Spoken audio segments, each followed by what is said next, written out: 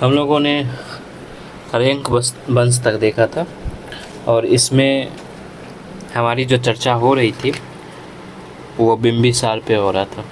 तो इसके बाद आगे जो आया, हाँ बिंबिसार पे हो रही थी। इसके बाद जो आगे आया वो अजातशत्रु आया था और इसका समय जो है 492 ईसा पूर्व से, क्योंकि 492 ईसा पूर्व में जो है बिंबिसार की मृत्यु हो जाती है।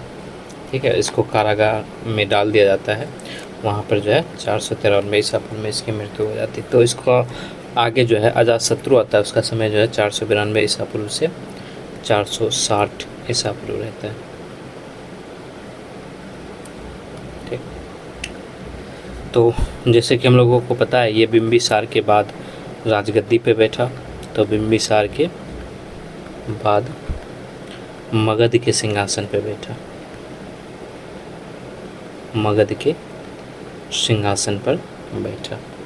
देखो अजातशत्रु के बचपन का नाम जो है ना, इसका नाम कुनीक था, कुनीक इसका बचपन का नाम था। और ये साम्राज्य विस्तार पर बल देता था, साम्राज्य विस्तार पर बल देता था, इसलिए मगध साम्राज्य का सबसे ज़्यादा विस्तार जो है वो अजातशत्रु ने किया था।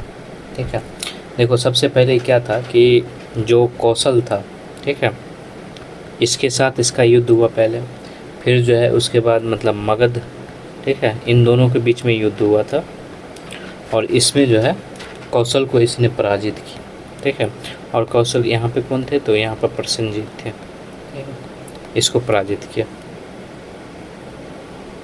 ठीक है, फिर दूसरा युद्ध भी कौशल के साथ हुआ था, इसका दूसरा युद्ध भी जो है कौशल के साथ हुआ था। और इसी युद्ध में जो है जो प्रसेनजीत थी, प्रसेनजीत, इसकी पुत्री थी बाजीरा। ठीक है, बाजीरा, इसका विवाह जो है अजातशत्रु के साथ कर दिया गया। ठीक है, इसका विवाह अजातशत्रु के साथ किया गया। ठीक, आपने जैन ग्रंथ का नाम सुना होगा जो भगवती सूत्र था, भगवती सूत्र, ये एक जैन ग्रंथ था, जैन ग्रंथ। और इसके अनुसार जो है, ठीक है, इसके अनुसार अजातशत्रु ने अपने जो उसका मंत्री था, यानी अजातशत्रु जो है उसका एक मंत्री था, ठीक है, और ये कूटनीतिक मंत्री था, इसका कूटनीतिक मंत्री था। इसका नाम जो है बरसाकर था, लेकिन कहीं कहीं पर जो है बसकार भी लिखा रहता है। ठीक, और बरसाकर की सहायता से इसने जो है वज्जी संघ के सदस्यों में फूट डाला, वज्जी संघ के सदस्यों में फूट डाला। ठीक है, और फूट डाल के जो है इसकी शक्ति को कमज़ोर कर दिया, शक्ति को कमज़ोर कर दिया। ठीक, और वज्जी संघ को भी जो है इसने अपने राज्य में मिला लिया।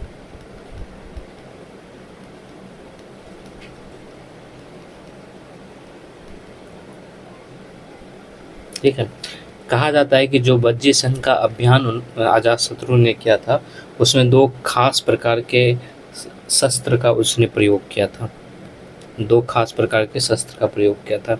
एक शस्त्र का नाम जो है महाशिला कंटक था, महाशिला कंटक था, और दूसरा जो शस्त्र था वो रथ मूसल था, रथ मूसल, इसका प्रयोग ये किया था। और वज्जी के बगल में जो है, ठीक है, ठीक है, जैसे कि ये वज्जी जो है ये 8 कुलों का एक संघ था, 8 कुलों का ये संघ था वज्जी। और इसी कुल में आपने विदेह का नाम सुना होगा, ठीक है, यात्रिक का नाम सुना होगा, लच्छवी का नाम सुना होगा, ये सारे इसी वंश के हैं। कात्रिक का नाम सुना होगा, ठीक है, वज्जी, ठीक है, ये सारे इसी कुल के थे। ठीक है, ये सारे ये सारे महत्वपूर्ण थे इसी कुला, और इसी सब से मिलकर बज्जी का निर्माण हुआ था। ठीक। फिर आगे जाके अजातशत्रु जो है वो मल्ल संघ पर आक्रमण करता है। मल्ल संघ पर अजातशत्रु जो है वो आक्रमण किया, और फिर इसको भी जो है ये अपने अधिकार में ले लिया। ठीक है, अजातशत्रु इसको भी अपने अधिकार में ले लिया। तो इस प्रकार से आप देख रहे हो ये जो मिला रहा है, इस वजह से जो मगध था, मगध,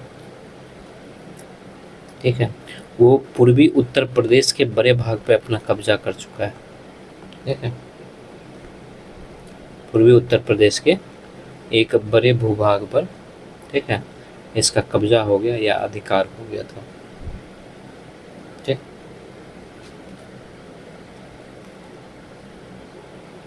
ठीक। जो अजातशत्रु था इसका एक प्रबल दुश्मन भी था, इसके एक टक्कर का दुश्मन था, वो अवंती राज था।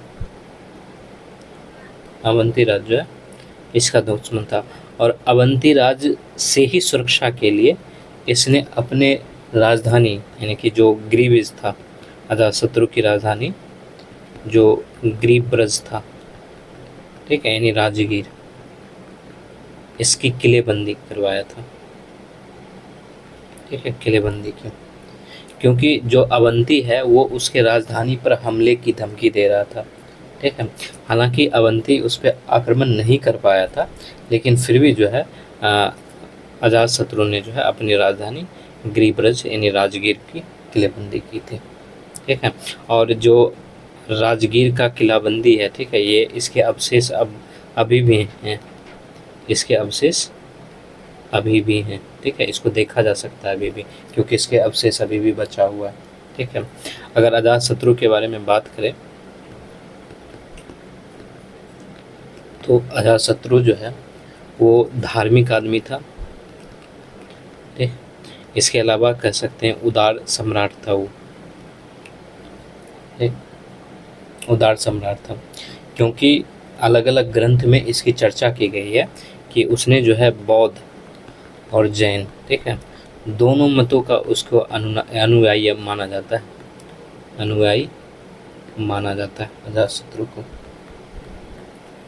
ठीक है, आपने भरूत स्तूप का नाम सुना होगा, भरूत स्तूप।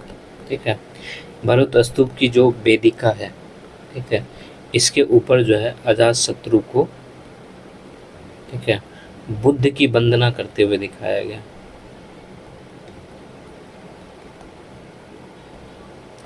दिखाया गया। ठीक है, अजातशत्रु का ही शासन था। ठीक है, इसी का शासनकाल चल रहा था, शासनकाल, और इसी के 8वें वर्ष, ठीक है, यानी कि बुद्ध के महापरिनिर्वाण, ठीक है, बुद्ध के महापरिनिर्वाण के बाद जो बुद्ध का अवशेष था, बुद्ध के अवशेषों पर राजगिरी में स्तूप का निर्माण कराया गया। इसी के शासनकाल में स्तूप का निर्माण अजातशत्रु ने करवाया था। ठीक है, यानी कि अजातशत्रु ने अपने शासनकाल के 8वें वर्ष में बुद्ध के महापरिनिर्वाण के बाद उनके अवशेषों पर राजगिरी में स्तूपों का निर्माण कराया। ठीक है, और आपने देखा था बुद्ध की मृत्यु कब हुई थी, तो ये 483 ईसा पूर्व में मृत्यु हुई थी। ठीक है, बुद्ध की मृत्यु हो गई थी। ठीक, और यही जो मृत्यु हुआ था, ठीक है, तो इसी मृत्यु की वजह से वहाँ पर प्रथम बौद्ध संगति का भी आयोजन किया गया था। तो बुद्ध की मृत्यु के बाद कहाँ पे किया गया था? राजगिरी की सप्तपर्णी गुफा में किया गया था। सप्तपर्णी गुफा में प्रथम बौद्ध संगति का आयोजन किया गया। ठीक है, का आयोजन किया गया था।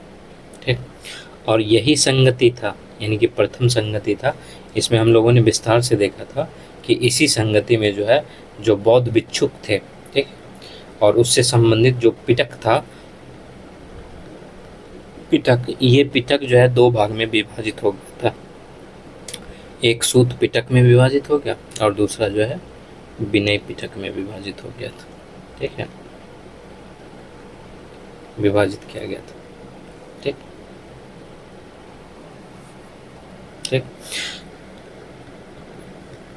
जो सिंहली अनुश्रुति है, सिंहली अनुश्रुति, ठीक है, इसके अनुसार जो है अजातशत्रु 32 वर्षों तक शासन किया। ठीक है, 32 वर्षों तक इसने शासन किया था।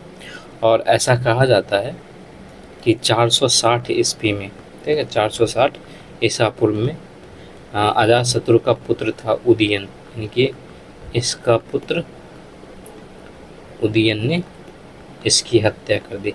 इसलिए तो इसको पितृहंता वंश कहा जाता था, हत्या कर दी। ठीक। और जैसे कि हम लोग देखें कि जो बिंबिसार था, इसके अलावा जो अजातशत्रु है, ठीक है, ये दोनों जो है बुद्ध के समकालीन थे, बुद्ध के समकालीन थे। ठीक। और जो ये अजातशत्रु है, इसी के शासन काल में महात्मा बुद्ध की भी मृत्यु हो जाती है और महावीर की मृत्यु हो जाती है। और महात्मा बुद्ध की मृत्यु 483 ईसा पूर्व में हो जाती है और जो महावीर थे इनकी मृत्यु जो है 468 ईसा पूर्व में हो जाता है। ठीक है, इन दोनों की, यानी कि दोनों महात्माओं की मृत्यु जो है इसके शासन काल में हुआ था। फिर इसके बाद कौन आया? तो इसके बाद उदयन आया। तो हम लोग उदयन देखते हैं। ठीक है, उदयन। ठीक, इसको कहीं कहीं पे उदयन भी लिखा रहता है, कहीं पे उदायन भी लिखा रहता है। 460 ईसा पूर्व से 445 ईसा पूर्व।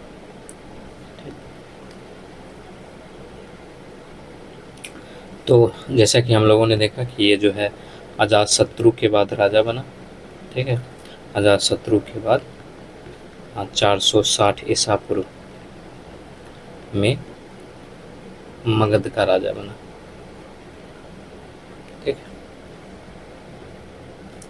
जैसे कि बौद्ध ग्रंथ है ना, बौद्ध ग्रंथ, इसमें इसको जो है पितृहंता कहा गया है, अजात मतलब उदयन को। ठीक है, उदयन को बौद्ध ग्रंथ में पितृहंता कहा गया है। लेकिन अगर वहीं पे हम लोग जैन ग्रंथ देखें तो इसमें जो है इसको पितृभक्त भी कहा गया है। ठीक है, उदयन को। तो ये भी दोनों बातें। ठीक है, जो उदयन थी, इसकी मम्मी यानी इसकी माता का नाम जो है वो पद्मावती था, पद्मावती था। ठीक है, और उदयन जब राजा बना था, ठीक है, तो ये राजा बनने से पहले, ठीक है, ये चंपा का उपराजा था, चंपा का उपराजा था। ठीक, और ऐसा कहा जाता है कि उदयन ने गंगा और सोन नदी के किनारे या गंगा और सोन नदी के संगम पर, ठीक है, संगम पर इन्होंने जो है एक नगर बसाया था और वही नगर जो है पाटलिपुत्र है। ठीक है, यानी कुसुमपुर, ठीक है, जिसको पटना कहते हैं, कुसुमपुर, ये नगर बसाया। ठीक है, और इसने जो है अपनी राजधानी भी स्थानांतरित की थी, यानी कि जो पहले राजधानी राजगिरी चली आ रही थी, ठीक है, राजगिरी, इसको हटा के जो है उसने पाटलिपुत्र स्थानांतरित की।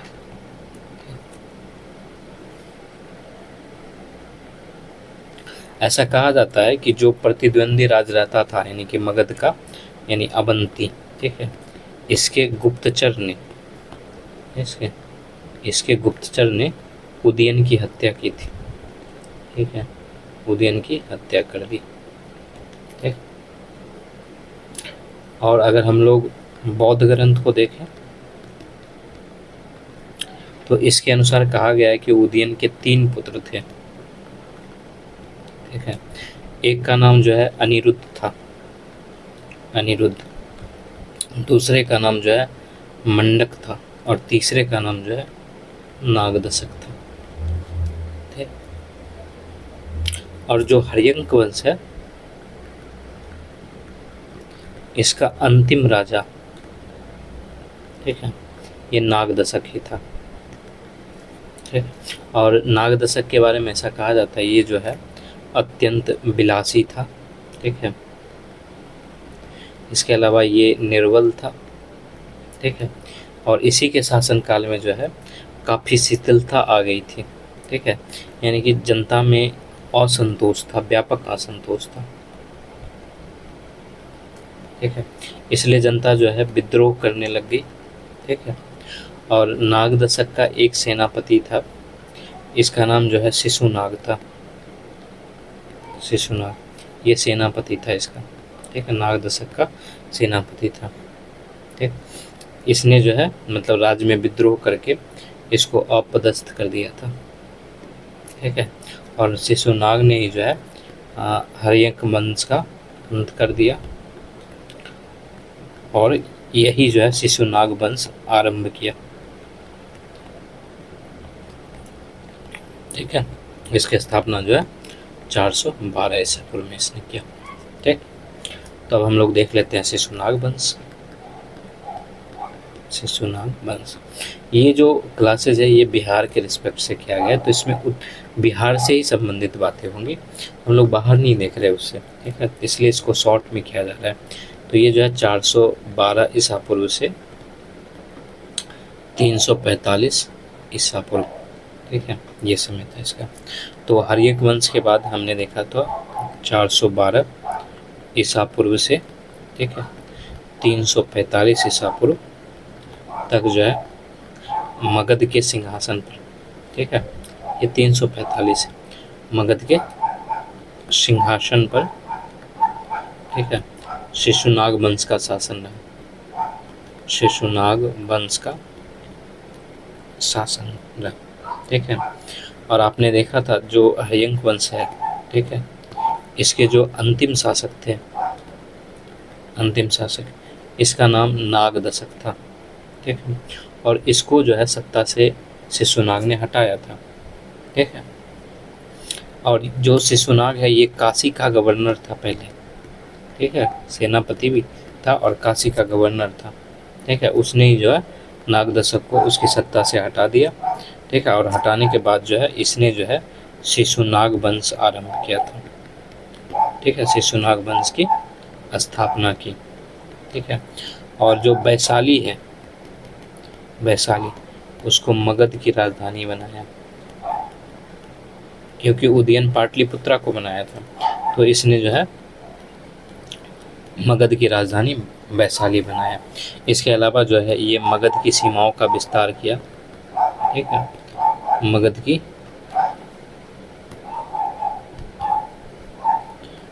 की सीमाओं का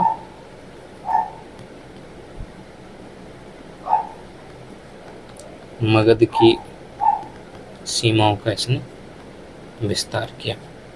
ठीक, और विस्तार के तौर पर कैसे देख सकते हैं, तो इसने जो अवंती राज था, जो मगध का विद्रोही राज रहा हमेशा, उस राज पर इसी को सफलता प्राप्त हुई थी, शिशुनाग को। तो अवंती के राज पर इसने विजय पाई थी। ठीक है, इसके अलावा इसने जो बस था, ठीक है, जो कौशल था, ठीक है, इसको भी जो है मगध साम्राज्य में इसने मिलाया था, मगध साम्राज्य में मिलाया। ठीक, जो शिशुनाग है उसका उत्तराधिकारी जो है कालाशोक था, उत्तराधिकारी कालाशोक था। कालाशोक को जो है कहीं कहीं पे काक वर्ण भी लिखा हुआ मिलता है, काक वर्ण। ठीक है, तो कालाशोक इसका उत्तराधिकारी था। ठीक, और कालाशोक का शासनकाल जो है बहुत ही कम समय का रहा, तो अल्प शासनकाल था इसका। इसमें खास ये चीज़ें थी कि जो पाटलिपुत्र है, ठीक है, पाटलिपुत्र, उसको मगध की अस्थाई राजधानी बना दिया था इसने। ठीक है, पाटलिपुत्र को मगध की अस्थाई राजधानी बना दिया।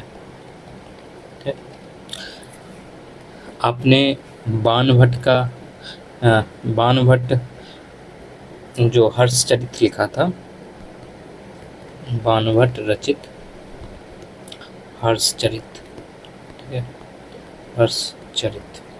इसके अनुसार कहा जाता है कि काला काला अशोक जो है ये अपनी राजधानी में घूम रहा था, और इसकी राजधानी कहाँ थी, तो इसकी राजधानी जो है पाटलिपुत्र था। तो ये जो है अपनी राजधानी में घूम रहा था, ठीक है। उसी समय जो है इसको चाकू मार दिया, ठीक है, इसको जो है चाकू मार दिया था, चाकू मार दिया, ठीक है, चाकू मारकर इसकी हत्या कर दी थी। और ये चाकू कौन मारा था, तो ये चाकू जो है महापद्म नंद ने मारा था, ठीक है, महापद्म नंद ने मारा था, ठीक।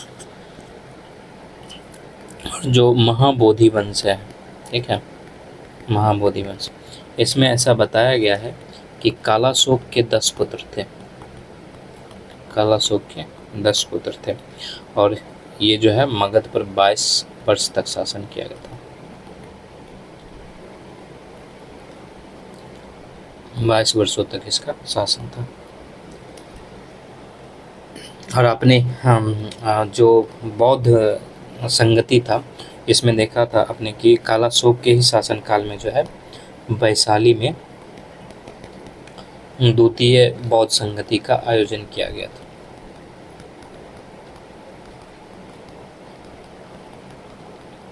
द्वितीय बौद्ध संगति का जो है आयोजन किया गया था, ये कालाशोक के शासनकाल में किया गया।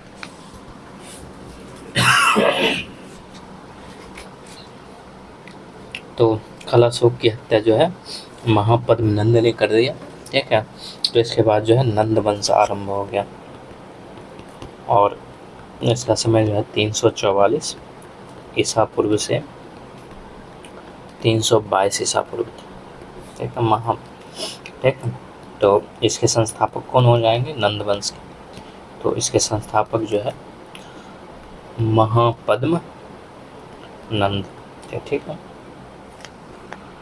जो पुराण है ना, ठीक है, वहाँ पे महापद्म नंद को जो है सर्व छत्रांग तक कहा जाता है, ठीक है, यानी कि सभी क्षेत्रियों का अंत करने वाला, ठीक है, सभी क्षेत्रियों का अंत करने वाला, ठीक है, महापद्म नंद को पुराण में कहा गया ऐसा, ठीक है। इसको पुराण में एक राट भी कहा गया है, एक राट भी कहा गया, ठीक है, यानी कि ये दोनों इसकी उपाधि पुराण में दी गई है, ठीक। इसके अलावा महाबोधि वंश आप देखोगे, ठीक, तो इसमें जो है उसको उग्रसेन कहा गया है, उग्रसेन की उपाधि दी गई है महापद्म नंद को, ठीक है। और जो महापद्म नंद है, ठीक है, महापद्म नंद, एक इसको उपाधि दिया गया उग्रसेन का। और जो महापद्म नंद है, इसके द्वारा भारतीय इतिहास में पहली बार मतलब एक ऐसा साम्राज्य की स्थापना किया गया था जो दक्षिण भारत को छोड़कर, ठीक है, सिर्फ दक्षिण भारत को छोड़कर, ठीक है, पूरे भारत, ठीक है, पूरे भारत पर अधिकार था इसका, ठीक है, या फिर कह सकते हैं अखिल भारतीय साम्राज्य था इसका, ठीक। महापद्म नंद ने ही जो है, जो गंगा के मैदान है, गंगा के मैदान, इसको लांघ कर, ठीक है, विंध्य पर्वत के दक्षिण तक, विंध्य पर्वत के दक्षिण तक, ठीक है, अपनी राज्य का विस्तार किया था, राज्य का विस्तार किया, ठीक है। इसी वजह से इसको हम लोग कह सकते हैं कि ये मगध का जो है, यानी कि भारत का, ठीक है, भारत का प्रथम चक्रवर्ती सम्राट, ठीक है, इसको प्रथम चक्रवर्ती सम्राट भी कहा जा सकता है, ठीक है। जो महापद्म नंद था, इसका मुख्य अभियान देखा जाए, मुख्य अभियान, तो वो कलिंग विजय था, कलिंग विजय था, ठीक है, ठीक। क्योंकि जब इसने कलिंग विजय की, तो अपने विजय को प्रमुखता देने के लिए, ठीक है, अपना विजय घोषित करने के लिए एक कलिंग में एक प्रसिद्ध मूर्ति हुआ करती थी और वो था जीन की मूर्ति, ठीक है, जीन की मूर्ति। इसको ये अपने साथ उठा लाया था, ठीक है। इसलिए कलिंग विजय जो है इसका सबसे मुख्य अभियान माना जाता है। आपने हाथी गुम्फा अभिलेख का नाम सुना होगा, हाथी गुम्फा अभिलेख, ठीक है। इसमें बताया गया है कि महापद्म नंद ने कलिंग में एक नहर बनाया था, ठीक है। महापद्म नंद ने जो है कलिंग में एक नहर का निर्माण करवाया, नहर का निर्माण करवाया था, ठीक। और महापद्म नंद को भारतीय इतिहास का जो है पहला शूद्र शासक भी माना जाता है, ठीक है, क्योंकि ऐसा इसमें कहा गया है कि ये सभी क्षत्रियों का अंत कर दिया था, तो इसलिए इसको पहला शूद्र शासक भी माना जाता है, ठीक है। या फिर इसको नई जाति का शासक भी कहा जाता है, ठीक। और नंद वंश जो है इसमें कुल 9 शासक हुए, ठीक है। और इसी में जो अंतिम शासक था वो घनानंद था, ठीक। इसी में अंतिम शासक घनानंद था।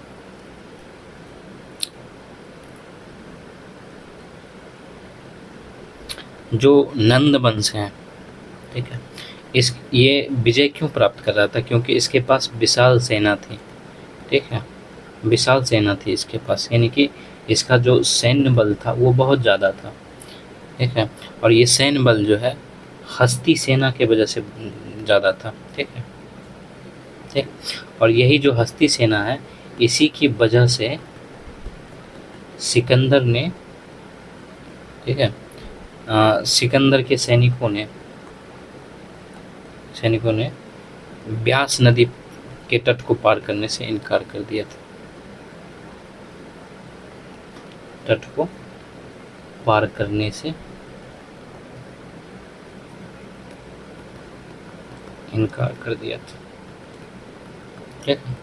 जिस वजह से जो है सिकंदर का जो भारत पर विजय अभियान था वो अधूरा रह गया था, भारत पर विजय अभियान अधूरा रह गया, ठीक। ये जो नंद वंश है, ठीक है, ये लोग जैन धर्म को मानते थे, जैन धर्म मानते थे, ठीक है। और ऐसा कहा जाता है कि जो सक्टार है,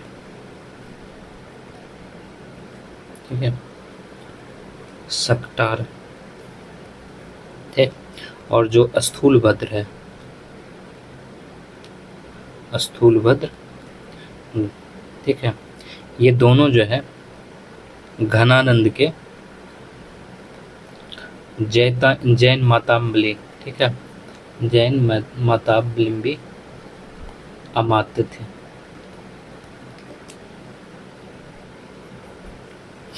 ठीक है। और नंद वंश का जो अंतिम शासक था ये कौन था? ये घनानंद था, घनानंद। और इसी के काल में जो है 325 ईसा पूर्व में, ठीक है, सिकंदर का भारत पर आक्रमण हुआ, सिकंदर का भारत पर आक्रमण हुआ, ठीक। ये था। इसके बाद जो हम लोग देखेंगे मौर्य काल में बिहार।